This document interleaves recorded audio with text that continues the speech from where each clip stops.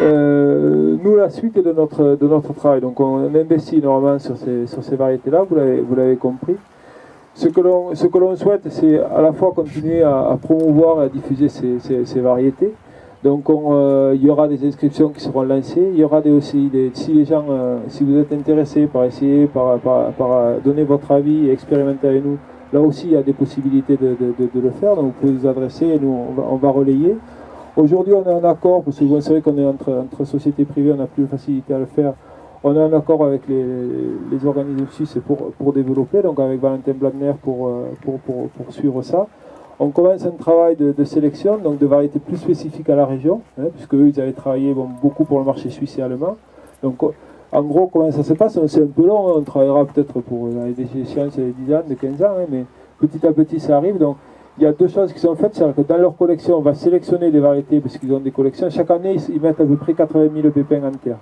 Donc c'est 80 000 individus différents, qui sont tardifs, précoces. Donc déjà dans ces collections, il y a des choses à aller chercher qui peuvent nous intéresser pour la région.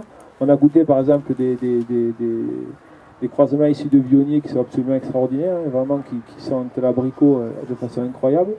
Et donc ça c'est quand même une possibilité intéressante.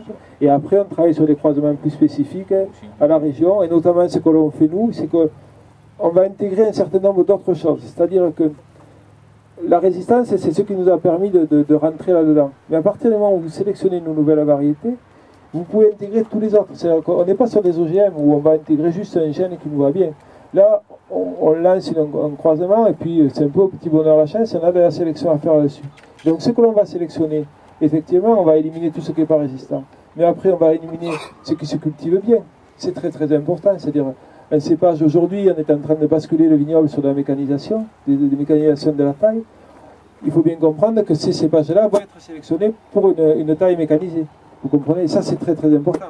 On a des cépages qui sont fortement acrotonnes, d'autres qui ne le sont pas, et on va chercher ceux qui vont bien s'adapter à la mécanisation. Ça, c'est un truc essentiel.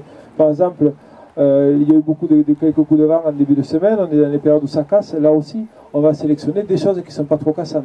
Voilà. Et ça, c'est très important.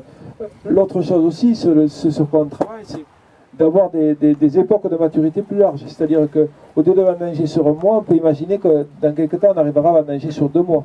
Et sur 2 mois, c'est une machine à vendanger que vous amortissez plus facilement, c'est des pressoirs, c'est tout un outil de production qui va être mieux amorti et mieux géré.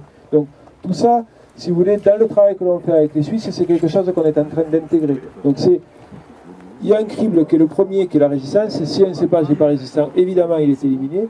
Mais après, il y a tout le reste qui, quand même, nous intéresse et sera réellement intégré dans les champs.